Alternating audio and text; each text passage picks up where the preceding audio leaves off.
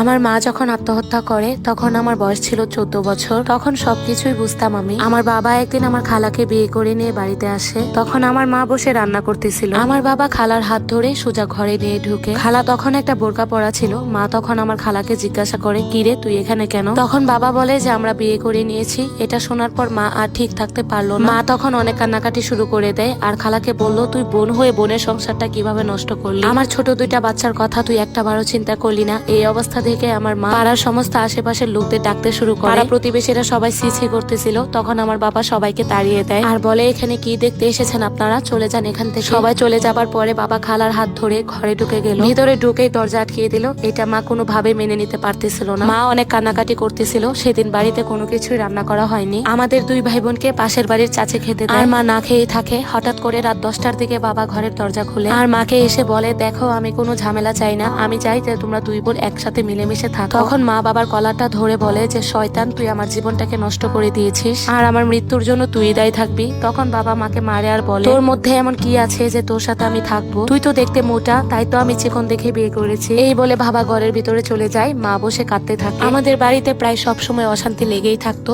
বাবা আর মায়ের মাঝে কোনো মিল ছিল না। আমার ছোট খালা 3 বছর আগে ডিভোর্স হয়ে যায়। ছোট খালার সাথে বাবার অনেক ভাব ছিল।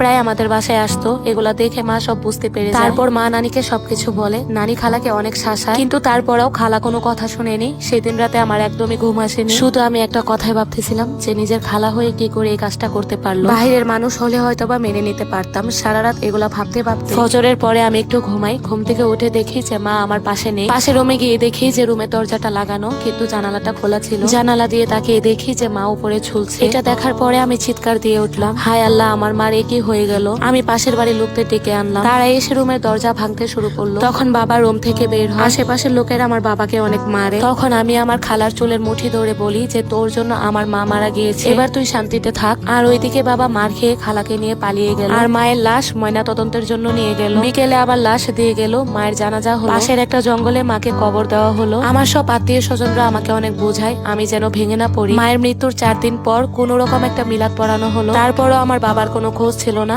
আমার মায়ের কি পাষাণ একটা স্বামী। আমি মায়ের সব গহনাগাটি নিয়ে নানির বাড়িতে চলে গেলাম। আমি আর নানি বাদী হয়ে বাবার নামে মামলা করলাম। প্রায় 1 মাস আমরা দুই ভাই বোন নানির বাড়িতেই ছিলাম। আমার স্কুল আমার নানির বাড়ি থেকে অনেক দূরে, সেজন্য আমরা আবার বাসায় চলে আসি। আমাদের সাথে আমার নানির একটা বোন আসে। তখন আমি অনেক কষ্ট করে আমার ছোট ভাইটাকে নিয়ে থাকি। আমাদের পুকুর ছিল, পুকুর থেকে কিছু টাকা পেতাম। সাথে একটা গরু ছিল আমাদের। গরুর দুধ বিক্রি করে কোন রকম সংসারটাকে চালাতাম। বেশ কয়েকটা বছর এভাবে চলতে থাকে। হঠাৎ একদিন আমার বাবা তার বউ বাচ্চা নিয়ে আমাদের বাড়িতে চলে আসে। তাদেরকে আমি তখন কিছুই বলি নাই, চুপচাপ থেকেছি। আমার ভাইকে দিয়ে আমার নানির বাড়িতে খবর পাঠায়। নানু তখন পুলিশ নিয়ে আসে। তখন আমার বাবাকে ধরে নিয়ে যায় আর আমার খালাকে মেরে বাড়ি থেকে বের করে দেই। আমরা তখন অনেক কষ্ট করে চলতাম। সেলাই মেশিনে কাজ করতাম, টিউশনি করতাম। এর মধ্যে আমি আবার ইন্টার পাস করে ডিগ্রিতে ভর্তি হই। এক পর্যায়ে আমার বাবা জেল থেকে বের হয়ে যায় আর আমাদের দুই ভাই বোনকে ত্যায্য করে বাড়ি থেকে বের করে দেয়। তখন আমরা দুই ভাই বোন আবার নানির বাড়িতে চলে গেলাম। নানির বাড়িতে কিছুদিন থাকার পরে আমার বাবা নানির বাড়ির এলাকাতে গিয়ে আমার আর আমার ভাইয়ের নামে উল্টাপাল্টা কথা ছড়ায়। আমি নাকি আমার ভাইকে দিয়ে নিজের শরীরের চাহিদা মিটাই আর এর জন্য আমি বিয়ে করি না।